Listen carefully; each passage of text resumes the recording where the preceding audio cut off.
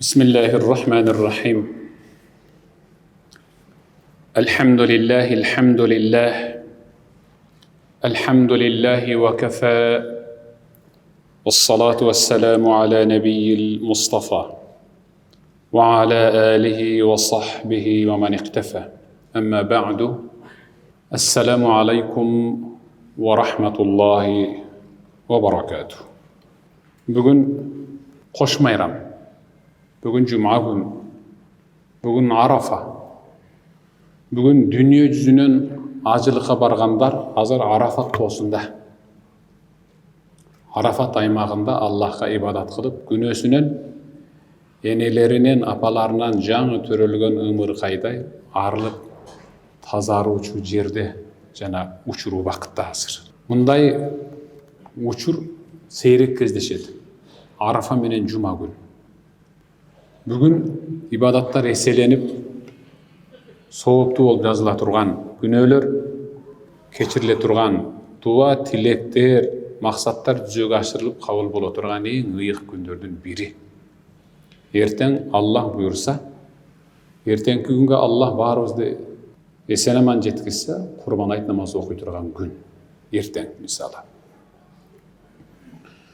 Rasulullah sallallahu aleyhi ve sellem Makka'dan Madinaga hicrat kılıp bardı. Oşondo Madinalıktar özlerinçe bir belgilengen datalı gündördü mayramdaşçuda. Peygamberimiz bul emne bolgon gün dedi. Alar özlerinin kanına singip kalgan mayramdarda aytkanda Peygamber aytты. Allah bütündey insaniyat, adamzat özleri mayram kılıp dayardap algan mayramlarının orduna iki mayramды berdi bizge. Birisi oroz ayt, ekinsi Kurban ayt dedi. Ona şul ertenki Kurban ayt. Allah bizdi ese alsın, mayramdasın, bирок adal jol menen dep şul iki mayramды berdi. Жақшылап сарасеп салып, тықыр қараған адамға мұсылмандардың екі майрамы тең ибадаттың артынан, бірөөсү ибадаттың артынан келген майрам болса, бірөөсү ибадат менен чогуу келген майрам. Мисалы, ороза айт, бұл 30 күн ороза тутуп, баягы калыптанып калган жаман кылык жоруктан алыстап, жакшы адеп акылакка өтүп, биротоло мыкты ибадатка, берешендикке, жоомарттыкка, намазга, орозого калыптанып калган инсандын көңүлүн көтөрүш үчүн Аллах Таала ороза айт, намазды жана майрамды берди. Мына биринчи майрамыбыздагы ибадаттан кийин келет. Ороза бүтүшү менен эртеси айт намаз окуйбуз. Бул эртеңки окула турган Курбан айт намазы дагы 9 күндүк орозодон кийин келет. 9 күндүк орозодон кийин келет. 9 күндүк орозо мына бүгүн 9-чу күнү. Бүгүн 9-чу күндүн орозосун тутуп атышат. Көпчүлүк адамдар. Башынан башталган ошол Зулхижжа ажылык айы кирген күндүн 1-чи күнүнөн баштаган бүгүн алардын 9-чу күнү орозосунун. Орозосу бүтөт, эртең айт намаз окулат. Ушул учурда хаж ибадаты болуп атат. Курбан айт намазы, орозо жана исламдагы 5 түркүктүн эң негизгисинин бири болгон хаж ибадат менен бирге келген ибадат. Андыктан Пайгамбарыбыз Мухаммад саллаллаху алейхи ва саллям «Ма мин айям аъзам индаллахи субханаху ва та'ала ولا أحب إليه العمل فيهن من هذه الأيام العشر فاكثروا فيهن من التهليل والتكبير والتحميد صدق رسول الله». Бұл Зулхижжанын алгачкы 10 күнүндөгү жасалган ибадаттардай Аллах Таалага сүйүктүү ибадат эч жерде болбойт, деди Пайгамбарыбыз. Зулхижжанын алгачкы 10 күнү, 9 күнү мына бүгүн, эртең 10-чу күнү. ушул 10 күндүн ичинде жасалган ибадаттардай эң абзел, эң сүйүктүү Аллахка башка ибадаттар тең келе бербейт деп атат. Андыктан фа'ктиру фихинна, ушул Курбан айтка чейинки күндөрдө Курбан айт күнү фа'ктиру мин ат-тахлил ла илаха иллаллах Мухаммад Расулуллах деген сөздү көбүрөөк айткыла, бассаңар турсаңар. Ват-такбир Аллаху акбар деген такбирди көп айткыла. Ват-тахмид Alhamdulillah деген мактоо сөзүн көп айткыла. Бүгүнкү күндүн таңында окулган багымдат намазынын фарзынан кийин такбир ташрик башталды. Ар бир фарз намазды бүткөндөн кийин ар бирибиз такбир айтабыз. Аллаху акбар, ла илаха иллаллаху Аллаху акбар ва лиллахил хамд деп такбир айтабыз. Ташрик жүрөктөрдү, аймакты, ааламды нурдантуучу такбир деген сөз. Эркектер жамааты мейли жамаат менен окусун, мейли эгерде үйүндө же жолдо сапарда жеке окуп калса дагы сөз түрдө такбир ташрик айтылат. Эгерде жамааттын имамы салам бергенден кийин такбир ташрикти унутуп кала турган болсо, аркадан бирөөсү эскертүү берип такбир ташрикти айтуусу важип, айтышыбыз керек.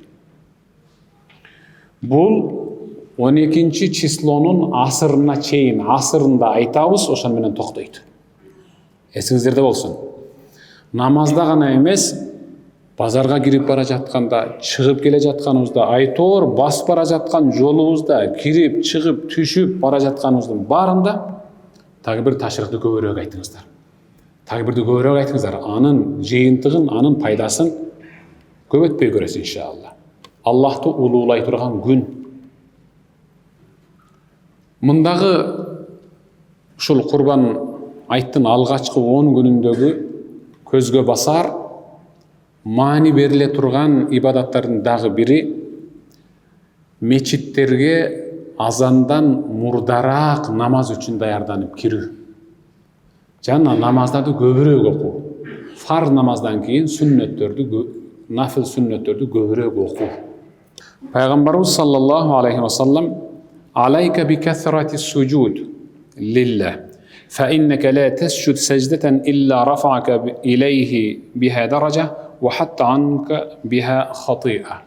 صدق رسول الله. Пайгамбарыбыз айтты, Сәубан деген кызматкеріне. Сәубан, өзүңө ушундай бир озыйпа кылып ал. Ушундай бир озыйпа кылгын, көбүрөөк сажда кылам, анан саждада узунураак турам деп өзүңө бир озыйпа кылып ал. Кейбіркілер өзіне бір озыйпа кылат. Мысалы, мен бір күндө 100 жолу отжимайна жасашым керек дейт. Ошол күнү 80 жасап калса, тагын көрө 80 болуп калды, 20-ны кайерде жасап койсом экен деп бир бош убакыт таба берет өзүнө. Ал өзү үчүн бир милдеттүү, важип болгон озыйпа сыяктуу кармайт. А биз үчүн милдеттердин эң милдети саждада узунураак туруу. Субхан раббиял а'ла.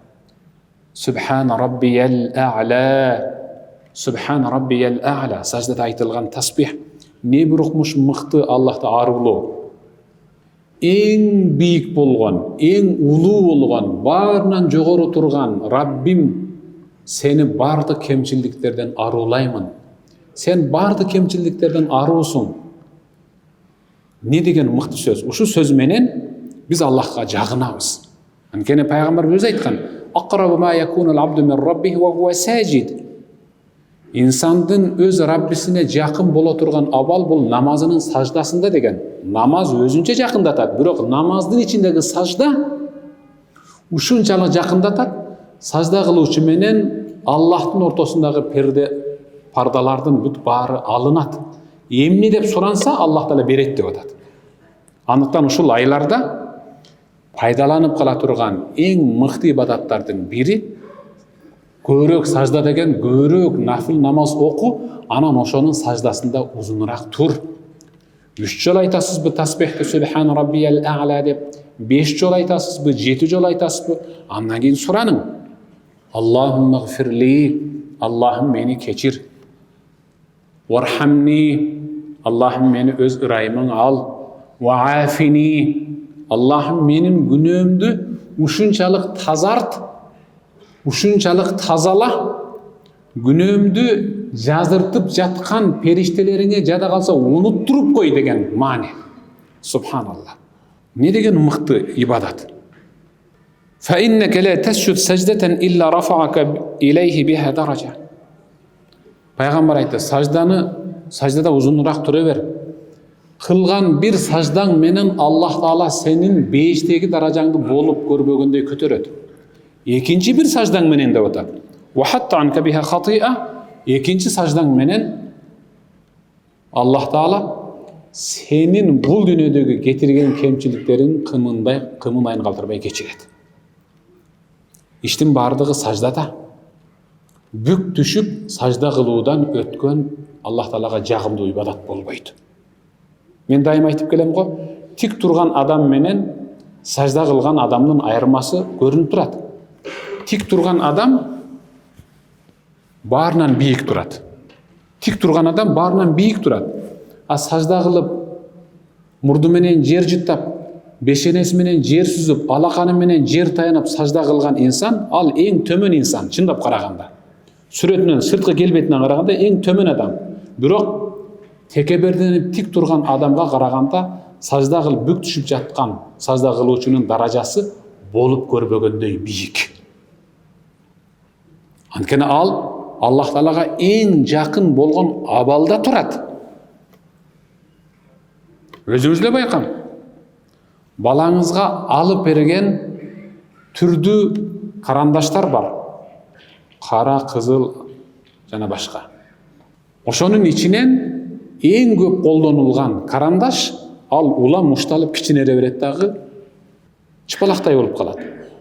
Ушталып бирок бир да нерсени жаза элек карандаш төмөн тиктеп түгөнөйүн деп калган карандашка мынча боюң кичинерип кодоюп баратасың.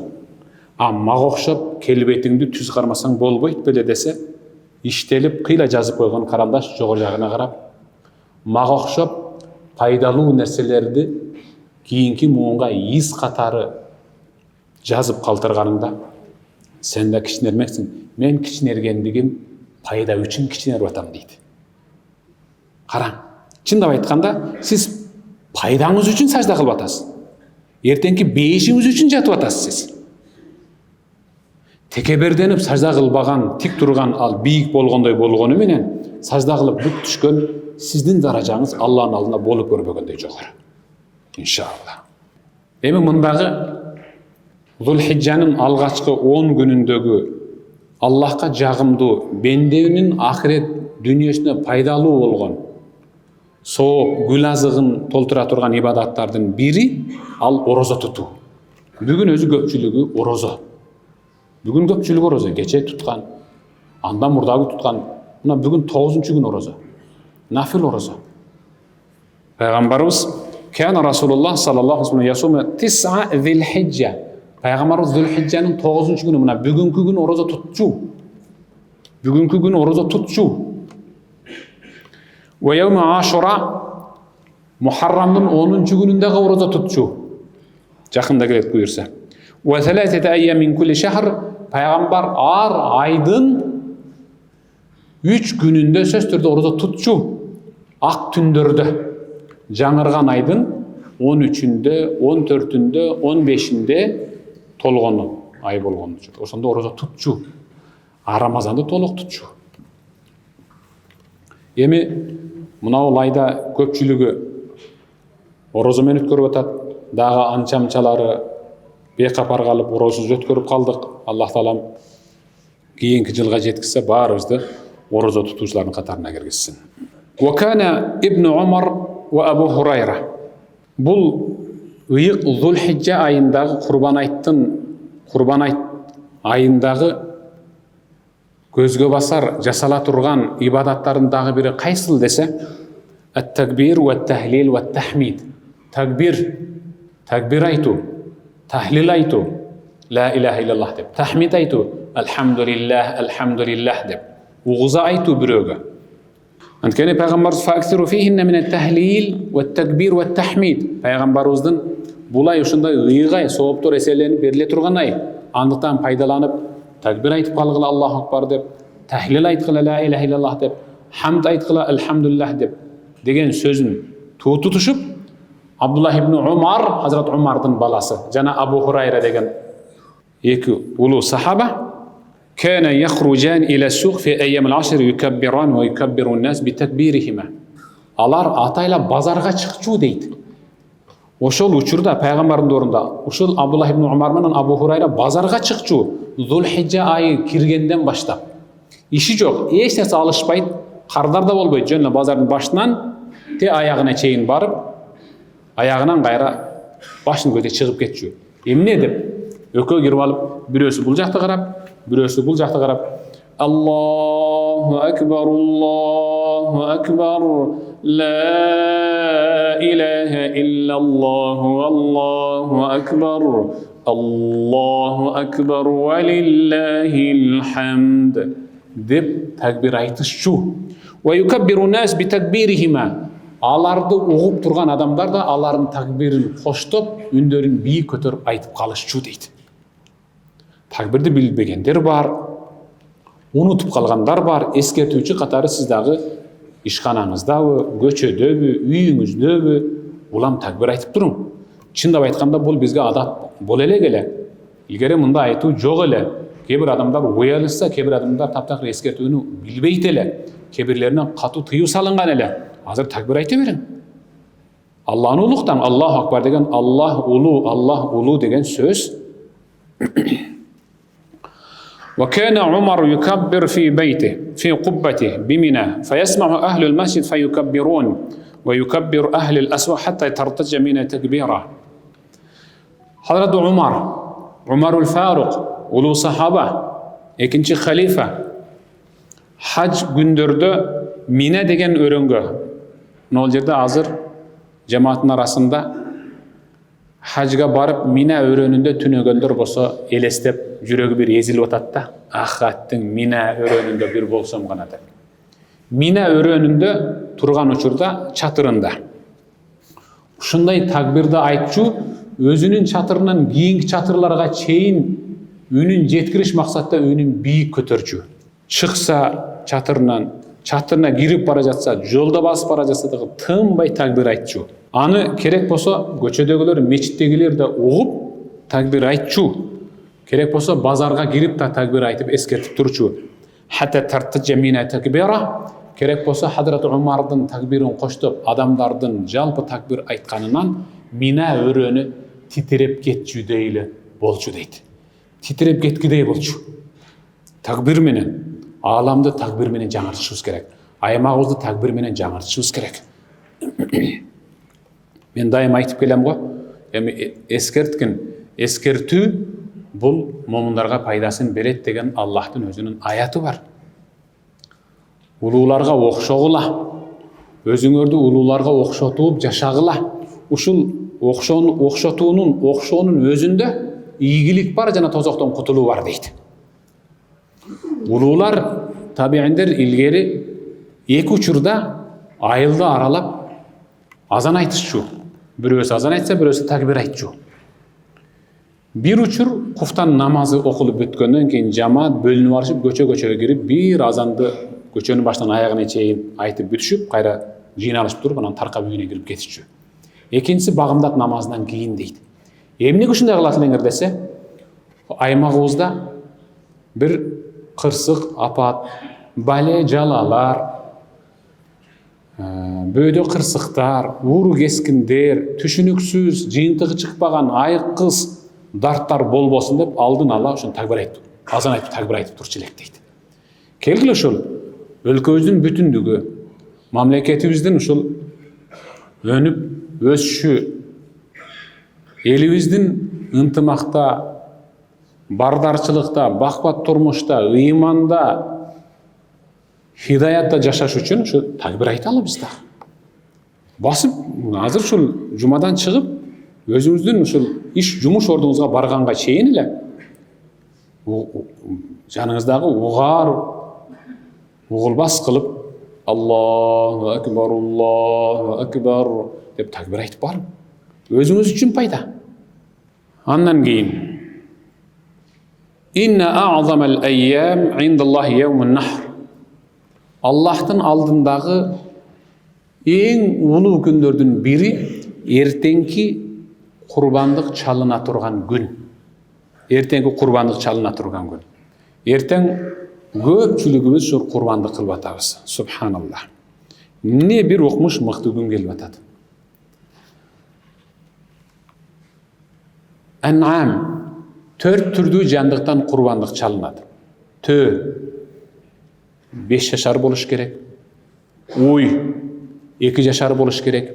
Эчки 1 жашар болуш керек. Кой эң төмөнү 6 айлык болуш керек. Мына ушул 4 жандыктан биз курбандык чалабыз. Төө менен уйга 7 адам шерек болушу шарт, эң акыркысы. 6 адам болсо деле боло берет. 5 адам болсо деле боло берет. 1 адам 1 төнү сойсо болот. 1 адам 10 төнү сойсо болот. 1 адам 100 төнү сойсо болот. Эгерде ал жетсе. 1 адам 1 кой сойсо болот. 1 адам 2 кой сойсо болот. Бирок койго 2 адам эч качан шерик болбойт. Эчки менен койго. Пайгамбарыбыз Мухаммад саллаллаху алейхи ва саллям ма амила ибну адам мин амали яумин нахр ахабба ила Аллах мин ихрaqid дам. Курбан айт күнү курбандык сойгон менин үммөтүмдүн амалындай Аллах Таалага сүйүктүү амал, ибадат эч жерден табылбайт деп атат. Көрбөйсүзбү? Биздин бисмиллахи Аллаху акбару деп сойгон курбандыгыбыз өзүнчө ибадат. Түшүнүп атасызбы? Курбандык бул ибадат. Жөн эле эт жеш эмес ал. Курбандык өзү ибадат. Канакандай ибадат? Курбандык бул Ибрахим пайгамбарыбыз менен өзүбүздүн пайгамбарыбыз Мухаммад саллаллаху алейхи ва салламдын сүннөтүн жүзөгө ашыра турган ибадат. Караң. Аллах Таала Ибрахим пайгамбарды сынап түшүнө улам көзгө көрүнүп калган, колорага жарап калган, атасынын колунан оорун колунан жеңилин жерден ала турган, көзгө көрүнүп шундай бир кызматка жарап калган учурдагы 12 жашар Исмаил уулун кайра түшүндө союп түшүнө кире берди. Бир түш көрдү. Шайтандан болсо кайталанбайт. Эгер Аллахтан болсо кайталанат деди. Арадан бир канча убакыт өткөндөн кийин дагы кайталанды. Арадан бир канча убакыт өткөндөн кийин дагы кайталанды. 3 жолу кайталангандан кийин анан болду, мен өз уулумду курбандыкка чалышым керек деди. Бул уулум эле, я Рабби, уулумдун ордуна кымбатыраак бир нерсе сойсом болобу деген жок. Аллахтын ыраазылыгын алуу максатта кара чечекей өзүнүн уулун муздоого даяр болду. Даяр болду. Карабайсызбы? Биздикилер короодо бир 4-5 кою болсо карап туруп, жылтырап семирип турган жакты кое турайынчы. Мунасын соя берейинчи, сал ушул өзүмө да жакпай турат. Жаман куужумал да. Мунуларды сүзүп тажатты деп. Анын сүзөнөктүгүнөн, жем жебей койгонунан, кашаганын бузу бергенинен, бир атала, бир ок менен 2 коен атайын шуну жок кылайынчы деп соят. Жок. Курбандыкка эң тазасын, эң баалуусун, анан аябай бүтүнүн сойгула деди пайгамбарыбыз. Уулун курбандыкка чалууга даяр болду. Бирок Аллах Тааланы сынады. Кантип инсан курбандыкка чалынып калсын? Болгону атанын жүрөгүндө балага болгон махабат ушунчалык катуу орнойт. Бала жыгылса андан мурда жыгылып аны көтөрүп кала турган деңгээлге жеттик го биз азыр. Анан баласы дагы, атам, Аллах эмнеге буйрса мен даярмын да деди эле, ата бала экөө тең даяр болгонду себеби Аллах Таала менин сыноомдон өттүңөр деди. Бейиште атайын аларга даярдалып багылган, жаратылган көк кара кочкорду Аллах Таала Жабраил алейхиссалам аркылуу түшүрүп берди. Ошол баласын муздаган жер азыр Меккеде турат. Баласын муздаган жер азыр ошондой мамыт таш орнотуп койгон. Барсаңар көрөсүңөр иншалла. Биз эми ошол суннаны жүзөгө ашырыш максатта курбандык соебуз. Бирок курбандык жалаң кедей кембагалдарга таркатылсын деген түшүнүк жок. Кошуна бай кошунаңыз бар. жіптен 2 бар, үйінен 4 бар. Бирок сіз сойгон курбандыктын этинин ал дагы остейиши зарыл болуп калат. Ага бериң. Курбандык сөз түрдө кедейлерге деген эмес. Курбандыкка байлар дагы, кедейлер дагы этин жешке шериктеш. Ва иннаху ла яти яумал кияма би курунха ва аш'ариха ва адлафиха. Кыяматта Аллахтын алдына барганыңызда сіз чалган курбандыктын мүйүзү дагы, түктөрү дагы, туяктары дагы, авлаф деп, баягы койдун 4 шыйрагын куйкалап атканда 5-иликке сайып алып, туягынын сыртындагы баягы кебишиндей болгон нерсени бычак менен чыгарып коебуз. Тырнагын. Жада калса ошонусу да келет деп атат. Ошонусу да келип күбөгө өтөт деп атат. Сиздин бейишке киришиңизге ошол да күбөгө өтөт. Түктөрү, каны, сөгү, эти баары келип күбөгө өтөт сиздин бейишке киришиңизге. Анткени сиз суннаны жүзөгө ашырдыңыз. Wa inna ad-dam la yaqa' min Allah bima kan qabla an yaqa' bil ard fatib biha nafsa. Subhanallah. Siz çalıp жатқан курбандыктын каны сиз муздоого тарткандагы бычактан кан жерге тамчылаганга чейин ал Аллахтын алдындагы таразага салмактуу болуп эсептелип калды деп атат.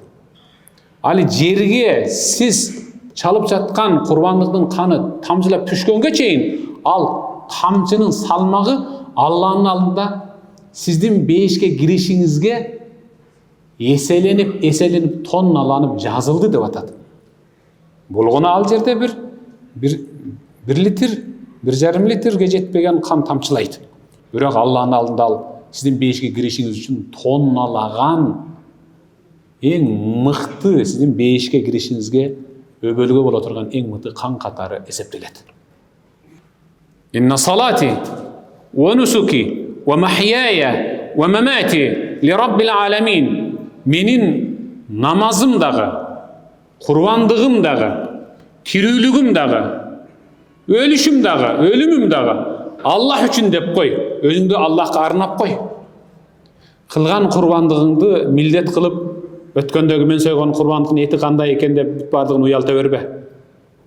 Андай курбандыктын далайын берген сенден курбандык жеп жаткан. Аллах үчүн сойдуң. Сойсоңуз Аллах үчүн союңуз. İbrahim peygamberдің, анан биздин өзүбүздүн пайгамбарыбыз Мухаммад саллаллаху алейхи ва салламдын сүннөтүн жүзөгө ашырыш үчүн.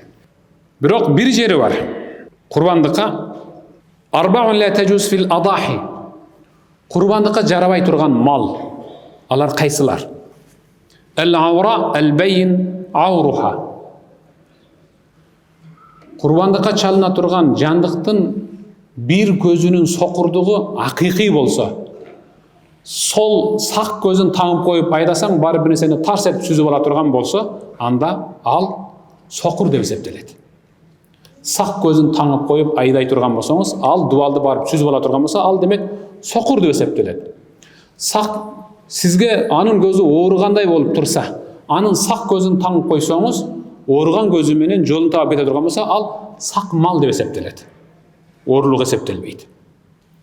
Демек, курбандыкка чалына турган төө, уй, кой, эчкенин эки көзү көрө турган болуш керек. Вал марида ал-бейн марадуха. Экинчиси, анын ооруп жаткан оорусу ачык айкын оору болсо, вет врач алып кең. Улам эле көк жөтөлгө окшоп жөтөлүп атса, жоткуруп. Же жаталак болуп жатса, демек, бул оорулуу дей турган болсо, анда ал союлбайт. Вал аржа ал-бейн аржуха. Аксак болсо, аксактыгы ушунчалык аксак, кадимгиде басып кетип атканда билине турган аксак болсо, жана союла турган жерге өзү басып келе албай турган деңгээлде аксак болсо, анын аксактыгын карап турганда, кардар коюңуз аксак экен, аксактыгы себептүү айтып жаткан баңыздан түшүрүп бере аласызбы деп аксактыгы себептүү басып түшө турган болсо, ал демек айыптуу кой болуп эсептелет. Вал касира аллати ла тунфа, ла тунакка. Мейли мүйүзү сыныптыр, мейли шыйрагы сыныптыр, бүтөлбөй турган болсо, демек ал кемчилдиги бар жандык деп эсептелет. Ушундай 4 түрдүү жандык курбандыкка жарабай калат. Kulağынан uzun eğim kesilgen bolsa al durus bolat. Kulağının 3'ten 1 kesilip kala turgan bolsa al durus bolmay kalat. Müzü koşkolordun müzü sınık bolsa anda al durus bolmay kalat. Peygamberimiz Muhammed sallallahu aleyhi ve sellem koy soydu. Kurbanlık kıldı Peygamberimiz. Kanday kurbanlık kıldı? Peygamberimiz kurbanlık kılganda tumşuğu kara. Gözünün üstü kara. Tizeley turgan aldыңкы tizesi kara. Jana tuyagının üstü kara bolgon kөгүш сымал kara aralaşkan koçkordu soydu. Anken ушундай койду soyu sunna. Эми андайды издеп таппайсыз. Эгер таап калсаңыз, анда мыкты. Таппасаңыз, мейли кочкор болсун, мейли токту болсун, мейли кой болсун, 6 айдан жогору козу болсун, дурус болот. 6 айга жетпеген козу, жетелек, 1 ай жетелекте десе, анда ал союлбайт. Анткени 6 ай деген түшүнүк бар. Сөздүн аягында. Estağfirullah. ذلك ومن يعظم شعائر الله فإنها من تقوى القلوب صدق الله العظيم.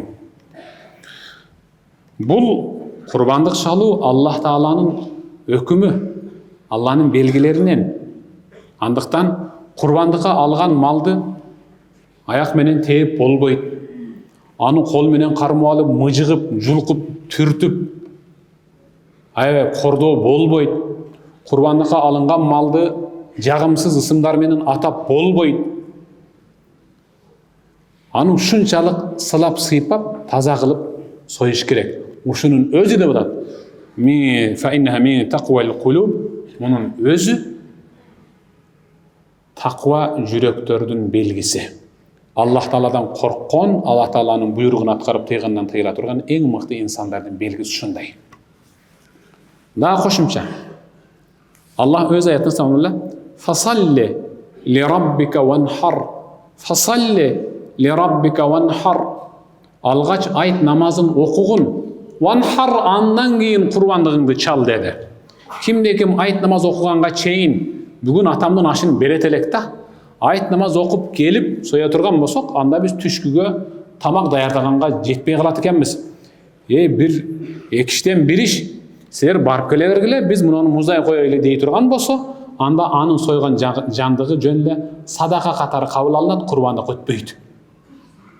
Курбан айт намазы окулуп бүткөндөн кийинки союлган ниеттеги жандык ал курбандыкка өтөт. Бирок сөз түрдө мал алып жатканда курбандыкка деп акча бериш керек, жана курбандыкка деп сатып алыш керек.